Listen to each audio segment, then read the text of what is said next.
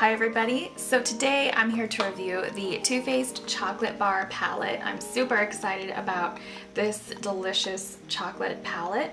The packaging itself literally looks like a Dylan's candy bar to me, or sort of a special brand, specialty, very large chocolate bar. And then on the back of the palette has 16 kind of ideas of what the shadows look like, and then of course the color names. And it talks a little bit about the palette on the back as well. Once you open up the palette, you'll find the gorgeous sort of a Hershey's or a s'mores bar, basically, you know, those chocolate bars where you can break off the pieces and eat them that way. It has the lovely Too Faced logo right here in baby pink, and then chocolate bar in copper letters. This is all embossed, it's texture, you could feel the squares. The closure is basically a tiny little clasp here, and it's also magnetic. It's very easy to open. When you go to open, it's not like, oh, I could barely get it open. So if you have weaker wrists or arthritis or anything like that, this is going to be a breeze to open. It's not so magnetic that it would latch onto other things in your kit so easily. Inside is a very nice full mirror in there. And what's nice about having a mirror inside palettes, if you're taking them with you for travel and somebody's hogging the bathroom, you could still at least get your makeup going. 16 shades of fabulous eyeshadow. Inside, you'll notice that there are no names printed directly on the palette. There will be a plastic sheet right inside there with all the names on there. What I find easy to do is just lay this out on a clean surface, and then if I need to reference the names, I can just see that right then and there in front of me. I don't particularly mind that the eyeshadow names aren't on the back, simply because I don't know if it's a left-handed brain thing, but when I'm switching the palette back and forth, I tend to get confused and I'll flip-flop the names. It's not so easy to do with this particular palette because you can kind of get a total feel for the theme of the names and the eyeshadows, but other palettes, it could be a little bit more difficult when there are so many like colors. And let's just get into swatches and color descriptions, because that's one of the reasons you're here for a review. I know this palette has gotten some comparisons to Too Faced Natural at Night. For me, this palette looks very similar to the Lorac Pro palette, more or less. It's basically a compilation of neutrals with some fun color accents to play around with.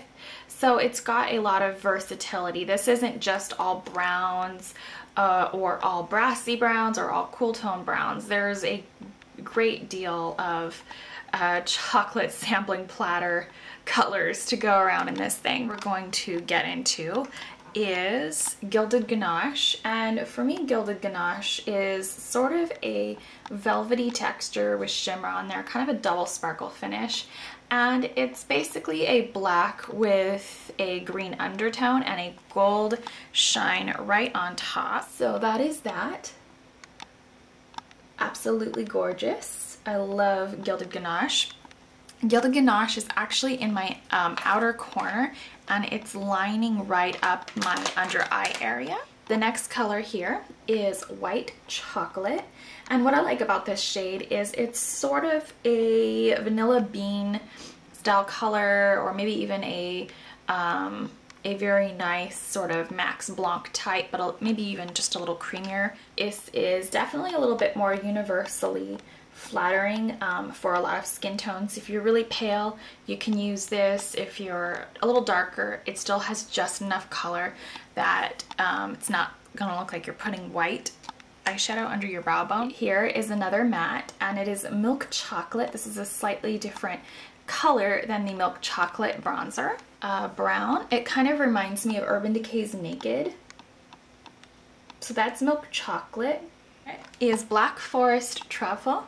And these names are super easy to memorize too, because you could just see this theme of the color screaming at you. What I really like about Black Forest Truffle is that it sort of looks like Max Beauty Marked to me. This color is, however, had a little bit more of a red toned black. It has a pink and white iridescent shimmer to it, so it's not identical to Beauty Marked whatsoever. When you blend out Beauty Marked, it looks a little bit more black than it does anything else. The next color up here is Triple Fudge, a nice matte off black color, and it is absolutely delicious. Finer liner color, outer corner color. If you want to deepen your eye socket, this is nice. I like that it's not black. There are no like really harsh colors in this palette. Salted Caramel is one of my favorite crease colors in this palette. Mac Tete Tint is one of my old favorite colors.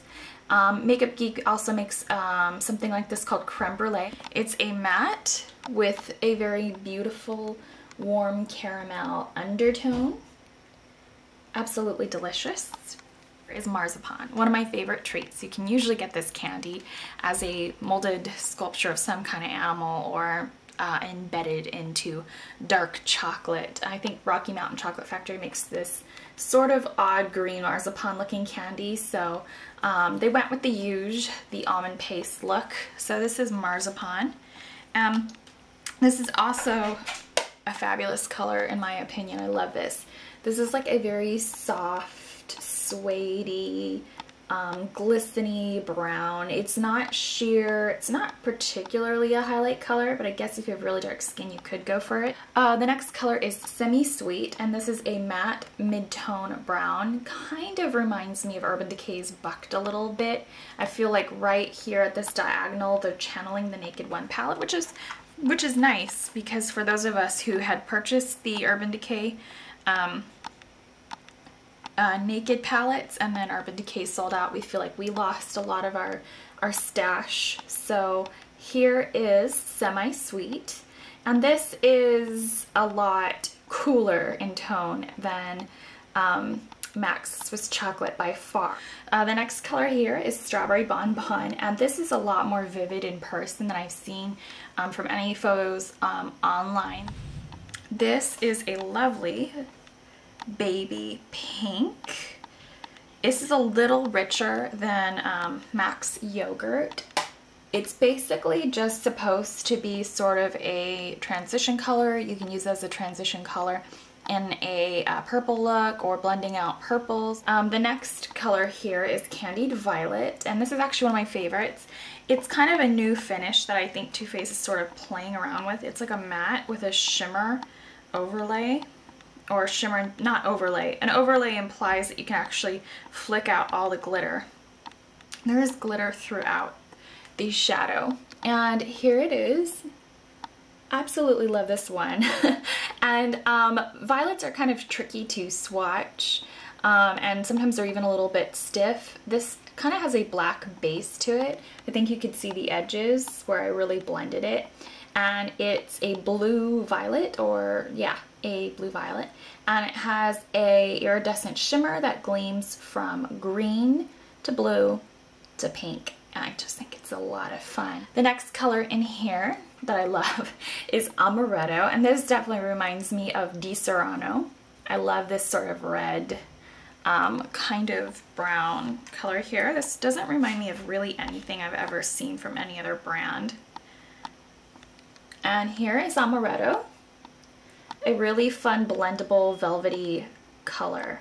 I just think that you can do so much with this color. I'd personally probably use it as an accent color or outer corner color rather than using it as a main color, at least on my skin tone, but each his own. Hazelnut. And definitely this color reminds me more or less of MAC's, or not MAC's, Urban Decay's Baked kind of colors. This whole row right here does kind of. And Hazelnut is a warm sort of brown color. You'll see. It has a lot of gold in it. It's basically a very velvety finish. It is Creme Brulee, and this is not like any gold I have. At first, this one color for me was a reason not to get the palette because I have so many golds, but then I was like, that's stupid to resist an entire 16 eyeshadow palette for one color. But this is basically a very cool tone violet. It almost has like a rose undertone to it that's really cooling it down. Very natural, not peachy, and it's got a very creamy velvety color. This is definitely a lot more softer and subdued and workable and wearable than the Urban Decay's Half Baked. Color in this palette is Oat Chocolate.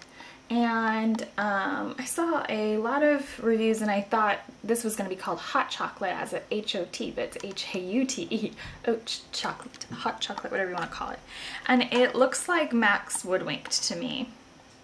Although I think that this is a little bit more of a friendly version of MAC Woodwinked, if you will. I find warm colors to be a little bit more approachable than cool tone color. I think cool tones are icy and not my particular cup of tea. But I really like this one. It's velvety, it's smooth, and very similar to MAC Woodwinked, but this has a little bit more gold. We have Cherry Cordial. This is sort of a matte color right here, and it's got a red shimmer to it. It reminds me of actual cherries that you would have candied at a bar that had like a 1930s to 1950s style theme that you would put into a Manhattan. Not necessarily the most edible of candied cherries, but it's used for flavor, and this is what it reminds me of more so than like a Queen Anne Cherry Cordial, because those are made with maraschino cherries. And Food 101, and here is the burgundy color, and this actually swatches out quite nicely and has that gorgeous iridescent shimmer that mimics the same shimmer that I saw in Candied Violet, the iridescent with the gleaming green, blue, pink. So it's got a tie to the palette. The next color in here is Champagne Truffle, and it is a absolutely gorgeous shimmery color. It reminds me of Urban Decay's Virgin once you put it on. It looks very pink in the pan, and it had me worried a bit because I was like, why is it so large? You know, I don't see this working for me, so I was a little concerned, but this is actually very gorgeous. I'm happy with this color. It's actually on my cheekbones as a highlight and in the very arch of my brow bone. Here is it swatched. You'll notice it's way frostier in the swatch than Urban Decay's Virgin, so you can't necessarily rely on swatches to tell you if the product's going to be amazing or not. So you kind of have to play with it, unfortunately, sometimes. So kudos to Too Faced for creating this gorgeous palette of 16 shades for $49. I think it's a great deal. The colors in here are very professionally done. It's got so much versatility. You could use this in your pro kit. You could use it for your personal life as well. I absolutely love that there's a couple highlight shades, blending shades, there's matte shades in here, there's color accents in here, there's shimmer in here. This is a very well-rounded palette, and one of the very first well-rounded palettes I have seen in a very, very long time. So once again, this reminds me of Lorac Pro. So if you have that palette, you might want to do a comparison in the store before picking up the Too Faced chocolate bar. If you are just an eyeshadow fiend and you have to have every palette, go out and get this, because it is absolutely beautiful, glamorous palette. I love it. I love that there's no actual glitter eyeshadows in here. Those don't really work. So I absolutely recommend treating yourself to this palette this spring winter season. It's great stuff. So I'll see you guys next time. I sincerely hope that you enjoyed my review, and I look forward to reviewing other new things this spring as well. I'll see you guys later.